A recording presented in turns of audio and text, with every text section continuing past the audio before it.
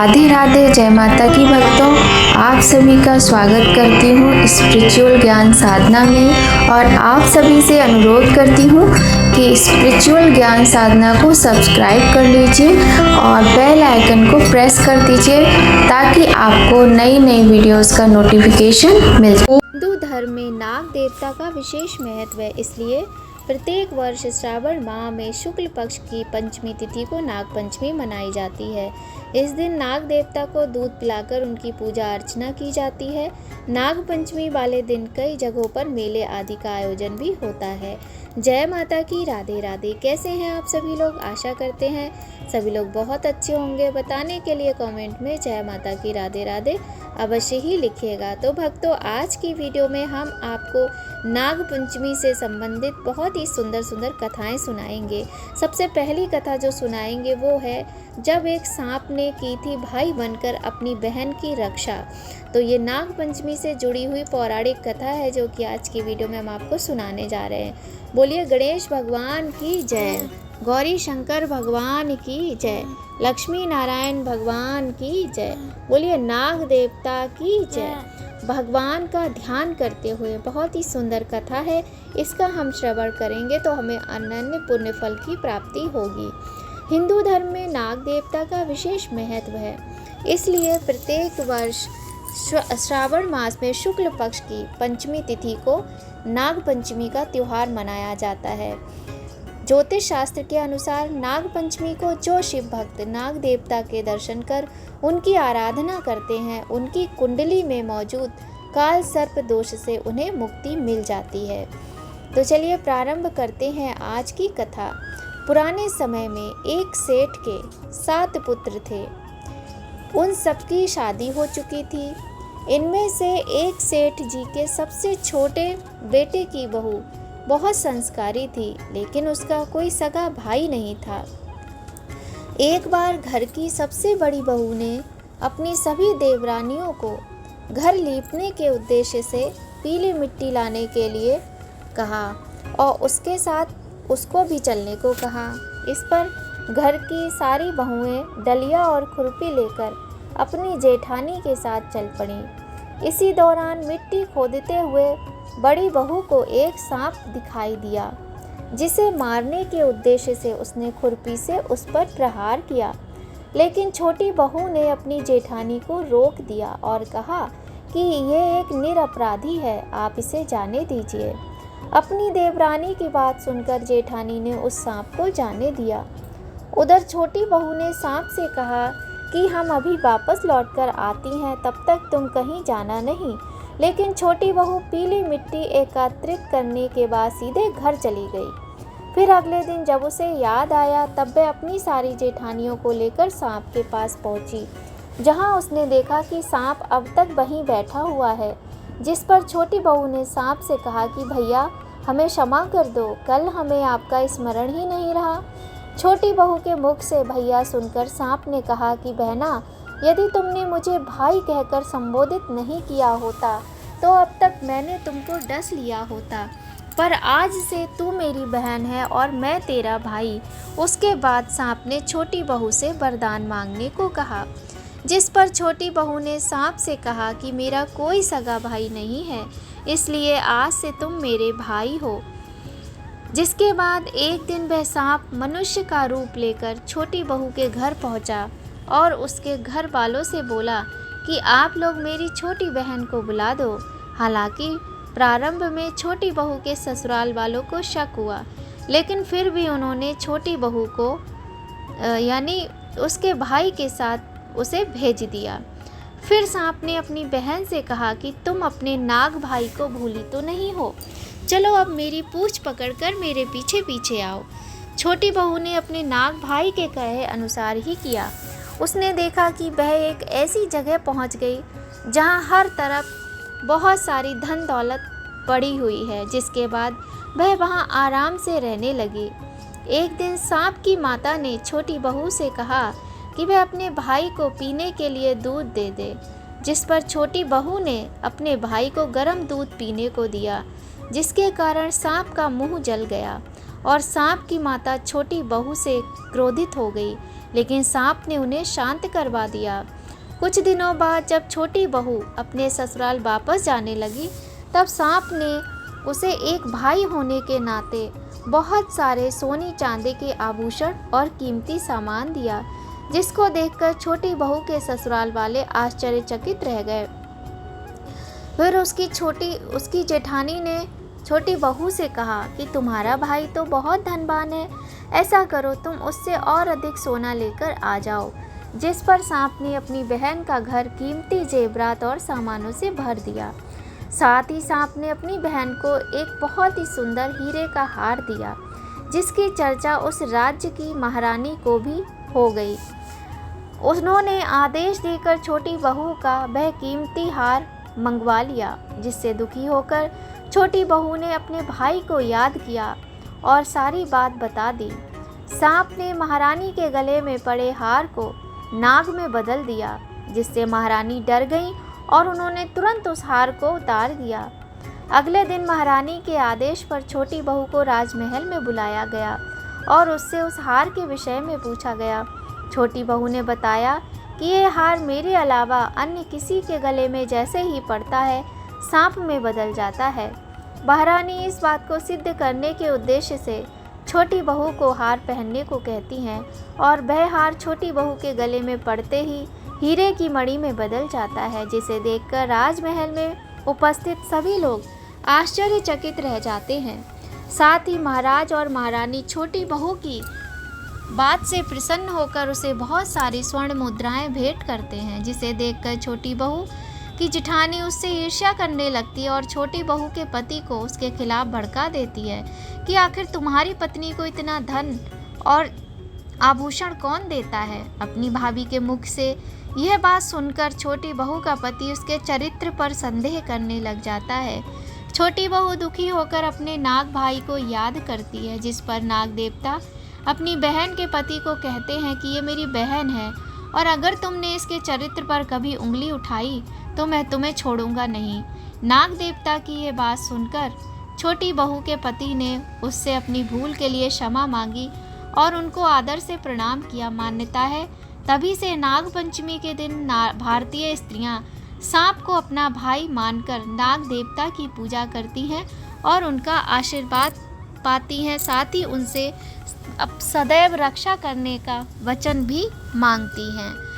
तो इस प्रकार हमने बहुत ही सुंदर एक ऐसी कथा सुनी जिसमें एक सांप मनुष्य के रूप में भाई बनकर किस प्रकार से मनुष्य रूपी बहन की रक्षा करता है और उसके जीवन के दुखों को दूर करता है। अब हम नाग पंचमी की बहुत ही सुंदर एक और कथा सुनते हैं। तो चलिए प्रारंभ करते हैं कथा। नाग पंचमी की यह कथा बहुत पुरानी है। युगों से नाग पंचमी का पर्व मनाया जा रहा है। मान्यता है कि अभिमन्यु के पुत्र एक राजा थे और उनका नाम परीक्षित था।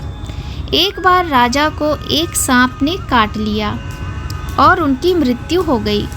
राजा परीक्षित का एक पुत्र था जिसका नाम था जन्मेजय। पिता की मृत्यु के बाद जन्मेजय ने बहुत विलाप किया और फिर जन्मेजय ने अपने पिता की मृत्यु का बदला लेने का ठान लिया। जन्मेजय ने पिता का बदला लेने के लिए संसार से पूरे सांपों का अस्तित्व मिटाने का प्रण ले लिया। इसके लिए उन्होंने नागदाह यज्ञ का आयोजन किया। जैसे यज्ञ शुरू होता है ठीक वैसे ही धरती के सभी सांप एक एक करके उस यज्ञ में गिरने लगते हैं। नागों के अस्तित्व को खतरे में देख नागों के राजा तक्षक इंद्रदेव के पास जाकर छुप जाते हैं। नागों को बचाने के लिए राजा तक्षक आस्तिक मुनि के पास गए। आस्तिक मुनि सांपों की प्रताड़ना को देखते हुए उन्होंने इसका समाधान निकाला और वह फिर जन्मेजय राजा के समक्ष पहुंचते हैं। मुनि जन्मेजय राजा से कहते हैं कि यदि इस संसार से सांपों का अंत हो जाएगा तो प्रकृति का संतुलन बिगड़ जाएगा, फिर आप हम सब इस संसार से खत्म हो जाएंगे।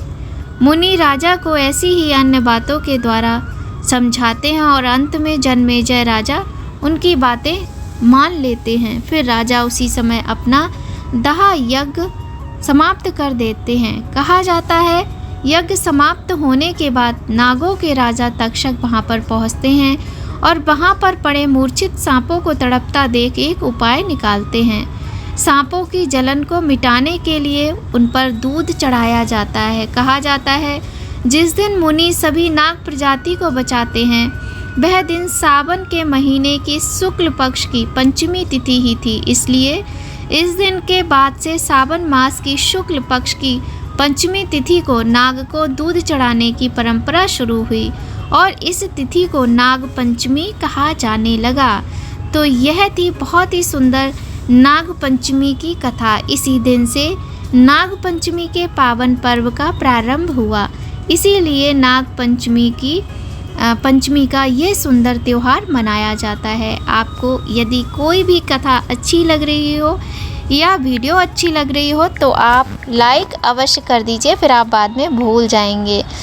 तो इस तरीके से हमने 2 कथाएं सुनी। अब हम आपको एक और बहुत ही सुंदर सी कथा सुनाते हैं। कथा प्रारंभ करने से पहले फिर आपसे एक बार विनम्र निवेदन करते हैं कि यदि आपने चैनल को सब्सक्राइब नहीं किया है तो जल्दी से कर लीजिए और बेल आइकन को प्रेस कर दीजिए ताकि आपको महत्वपूर्ण वीडियोस का नोटिफिकेशन समय पर मिलता रहे और आप इन कथाओं का आनंद उठा सकें। तो चलिए प्रारंभ करते हैं आज की तीसरी कथा। प्रजापति महाराज दक्ष की 17 कुमारियों में कद्रु तथा विनता भी थीं, जिनका विवाह कश्यप ऋषि से हुआ था। एक बार कश्यप ऋषि ने कद्रु तथा विनता से प्रसन्न होकर उन्हें मनचाहा वर मांगने को कहा। कद्रु ने महापराक्रमी 1 सहस्त्र नाग पुत्रों के रूप में मांगे तथा विनिता ने केवल तेजस्वी 2 पुत्र मांगे। कद्रु के 1 सहस्त्र पुत्रों की अपेक्षा अधिक पराक्रमी एवं यशस्वी हों। दक्ष पुत्रियों की ऐसी इच्छा जानकर प्रजापति कश्यप ने कद्रु तथा विनता को गर्भवती कर दिया। समय आने पर कद्रु की कोख से 1 सहस्त्र अंडे उत्पन्न हुए तथा विनिता की कोख से 2 अंडे उत्पन्न हुए। अंडों के उत्पन्न होने के 500 वर्ष बीत जाने के बाद कद्रु के अंडों से 1 सहस्त्र नाग प्रकट हुए, किंतु विनिता के अंडे ज्यों के त्यों पड़े रहे। इस पर विनिता ने अपना 1 अंडा स्वयं ही तोड़ डाला। उसमें से एक अविकसित बालक निकला, जिसका ऊर्ध भाग तो बन चुका था किंतु अधोभाग अभी विकसित नहीं हुआ था। उस अविकसित बालक ने क्रुद्ध होकर अपनी माँ को ही श्राप दे दिया कि वह 500 वर्ष तक कद्रु की दासी बनकर रहे। उस बालक ने यह भी कहा कि यदि दूसरा अंडा समय से पूर्व नहीं फोड़ा गया तो उस अंडे से उत्पन्न पुत्र विनिता को दासत्व से मुक्ति दिलवाएगा। इसके बाद वह अविकसित बालक अरूढ़ बनकर आकाश में चला गया तथा सूर्य देव का सारथी बन गया। जब समय आने पर दूसरा अंडा परिपक्व हुआ तो उसमें से गरुड़ जी ने जन्म लिया। वे भगवान विष्णु के वाहन बन गए। विनिता का पुत्र होने के कारण गरुड़ जी को वैनतेवी कहते हैं। उन्हें पक्षियों का राजा तथा खगपति भी कहा जाता है। जब राम रावण युद्ध में भगवान श्री राम एवं लक्ष्मण को मेघनाद ने नागपाश से बांध दिया था, तब यही गरुड़ जी नागपाश को काटने के लिए धरती पर उपस्थित हुए थे। विभिन्न पुराणों तथा महाभारत में आई एक कथा के अनुसार विनिता तथा कद्रु एक बार कहीं बाहर घूमने गईं। वहां उनमें उच्चैश्रवा नामक घोड़े के रंग को लेकर विवाद हो गया। विनिता ने कहा कि उच्चैश्रवा रंग पूरी तरह श्वेत है, जबकि कद्रु ने कहा कि घोड़े का रंग श्वेत है किंतु पूंछ का रंग काला है। इस पर दोनों में शर्त लग गई कि जिसकी बात गलत होगी वह 500 सालों के लिए दूसरी बहन की दासी बनकर रहेगी। अगले दिन घोड़े का रंग देखने का निश्चय हुआ। कद्रु के मन में कपट आ गया। उसने अपने पुत्रों से कहा कि वे उच्चैश्रवा की पूंछ पर लटक जाएं, जिससे उसकी पूंछ काली दिखाई दे। कद्रु के अधिकांश पुत्र इस कपट में अपनी माता का साथ देने को तैयार हो गए, किंतु कुछ पुत्रों ने अपनी माता के कपट में साथ देने से मना कर दिया। इस पर कद्रु ने उन नागों को शाप दिया कि वे जन्मेजय के यज्ञ में भस्म हो जाएं। कद्रु के मुख से इतनी कड़वी बात सुनकर कश्यप ऋषि अत्यंत दुखी हुए। तब ब्रह्मा जी ने अपने पौत्र कश्यप को बुलाकर कहा, तुमसे उत्पन्न सर्पों की संख्या बहुत बढ़ गई है। तुम्हारी पत्नी ने उन्हें श्राप देकर अच्छा किया, अतः तुम उससे रुष्ट मत होना। ब्रह्मा जी ने कश्यप को सर्पों का विष उतारने की भी विद्या सिखाई। अगले दिन विंता तथा कद्रू उच्चैश्रवा को देखने के लिए गईं। उच्चैश्रवा की पूंछ सफ़ेद रंग की थी, किंतु कद्रू के पुत्र उसकी पूंछ से लटक गए। इस कारण उच्चैश्रवा की पूंछ काले रंग की दिखाई पड़ने लगी। विनिता अत्यंत दुखी हुई, किंतु उसने कद्रू की दासी बनना स्वीकार कर लिया। जब गरुड़ जी उत्पन्न हुए और उन्होंने अपनी माता विनिता को कद्रू की दासी बने हुए देखा, तो गरुड़ जी ने कद्रू तथा उसके पुत्रों से पूछा, ऐसा कौन सा कार्य है जिसको करने से मेरी माता को दासत्व से मुक्ति मिल सकती है। इस पर नागों ने गरुड़ जी से कहा कि यदि तुम स्वर्ग से अमृत लाकर नागों को प्रदान करो तो हम तुम्हारी माता को दासत्व से मुक्त कर सकते हैं। गरुड़ जी उसी समय अमृत लाने के लिए स्वर्ग चले गए। जब देवताओं ने देखा कि गरुड़ जी अमृत लेने आ रहे हैं, तो उन्होंने गरुड़ जी पर आक्रमण कर दिया। शक्तिशाली गरुड़ जी ने समस्त देवताओं को परास्त कर दिया तथा स्वर्ग में प्रवेश करके अमृत कलश उठा लिया। भगवान श्री हरि जी ने भी श्री गरुड़ जी को अमृत घट ले जाते हुए देखा, किंतु जब भगवान ने यह विचार किया कि गरुड़ जी ने अमृत का पान स्वयं नहीं किया, अपितु उसे नागों के पास लेकर जा रहे हैं ताकि गरुड़ जी की माता को दासत्व से मुक्ति मिल सके, तो श्री हरि भगवान विष्णु गरुड़ जी की निष्प्रहता देखकर अत्यंत प्रसन्न हुए तथा उन्होंने गरुड़ जी को वरदान दिया कि वे अमृत का पान किए बिना ही अजर अमर होंगे तथा उनका स्थान विष्णु ध्वज पर रहेगा। इस प्रकार गरुड़ जी अदिति के पुत्र न होते हुए भी देवताओं में सम्मिलित हो गए। जब गरुड़ जी अमृत कलश लेकर चले तो मार्ग में उन्हें देवराज इंद्र मिले। इंद्र ने गरुड़ जी से कहा, यह अमृत कलश मुझे दे दो। यदि नागों ने इसका पान कर लिया तो यह संपूर्ण सृष्टि के लिए अत्यधिक बुरा होगा। इस पर गरुड़ जी ने इंद्र को बताया, मुझे इसकी आवश्यकता नहीं है, किंतु इसे ले जाए बिना मेरी माता नागों की माता के दासत्व से मुक्त नहीं होंगी। मैं ये अमृत कलश नागों के पास ले जाकर रख दूंगा, अब आप इसे वहाँ से उठा लेना। जब गरुड़ जी ने इंद्र जी से ये बात बोली तो उन्होंने गरुड़ जी को वरदान दिया, आज के बाद सर्प गरुड़ जी की भोजन सामग्री होंगे। गरुड़ जी अपनी माँ के पास पहुँचे और उसे बताया कि मैं अमृत ले आया हूँ। माता विनिता अपने पुत्र का यह पराक्रम देखकर बहुत ही प्रसन्न हुई। गरुड़ जी ने नागों को भी सूचना दी, मैं अमृत लेकर आया हूँ, अतः आप मेरी माता विनिता को दासत्व से मुक्त करें। जब नागों ने पूछा कि अमृत कलश कहाँ है, तो गरुड़ जी ने अमृत कलश एक कुशासन पर रख दिया तथा नागों से कहा कि वे स्नान आदि से पवित्र होकर अमृत कलश लेकर जाएं। नागों ने गरुड़ जी की बात स्वीकार कर ली। उन्होंने अपनी मौसी विनिता को दासत्व से मुक्त कर दिया तथा स्वयं स्नान करने के लिए चले गए। जब तक नाग स्नान करके लौटते तब तक देवराज इंद्र अमृत कलश लेकर चले गए। इस पर नागों ने उस कुशा को चाटना आरंभ कर दिया जिस पर गरुड़ जी ने अमृत कलश रखा था। उन्होंने सोचा कि संभवतः अमृत की कुछ बूंदें इस कुशा पर गिर गई होंगी। नागों को अमृत नहीं मिला, किंतु कुशा के कारण उनकी जीभ बीच में से चिर गई। कहा जाता है कि उसी दिन से सांपों की जीभ बीच में से चिरी हुई होती है। कश्यप की पत्नी कद्रू के संबंध में पुराणों में एक अन्य कथा भी मिलती है, जिसके अनुसार कश्यप की पत्नी सुपर्णा तथा कद्रू अन्य ऋषियों के मना करने पर भी ऋषियों के आश्रमों में चल रहे यज्ञों के हविष्य को दूषित कर देती हैं। अतः ऋषियों ने उन्हें श्राप देकर नदी बना दिया। कश्यप ऋषि ने अपनी पत्नियों की शाप मुक्ति के लिए भगवान शिव की आराधना की। जब ये दोनों नदियाँ गंगा जी में मिलेंगी, भगवान शिव ने उन्हें वरदान दिया, तब वे पुनः नारी स्वरूप धारण कर लेंगी। जब कुछ समय बाद कश्यप ऋषि को अपनी दोनों पत्नियां पुनः नारी रूप में प्राप्त हुईं, तब कश्यप ने अपनी दोनों पत्नियों का सीमांतोन्नय संस्कार किया, किंतु यज्ञ के समय कद्रू ने एक आँख से संकेत करके ऋषियों का उपहास किया। अतः ऋषियों ने कद्रू को श्राप देकर उसे कानी बना दिया। कश्यप ऋषि ने बड़ी कठिनाई से ऋषियों को प्रसन्न करके कद्रू को श्राप से मुक्त कराया। तो यह थी बहुत ही सुंदर पौराणिक कथाएं। यदि आपको ये कथाएं थोड़ी भी अच्छी लगें तो वीडियो को लाइक करें, चैनल को सब्सक्राइब करें। और हाँ, जैसे आपने अभी तक अपना प्यार दिया है वैसे ही अपना प्यार, अपना आशीर्वाद, अपना सपोर्ट देते रहिए और हम आपको ऐसे ही सुंदर सुंदर पौराणिक कथाएं सुनाते रहेंगे।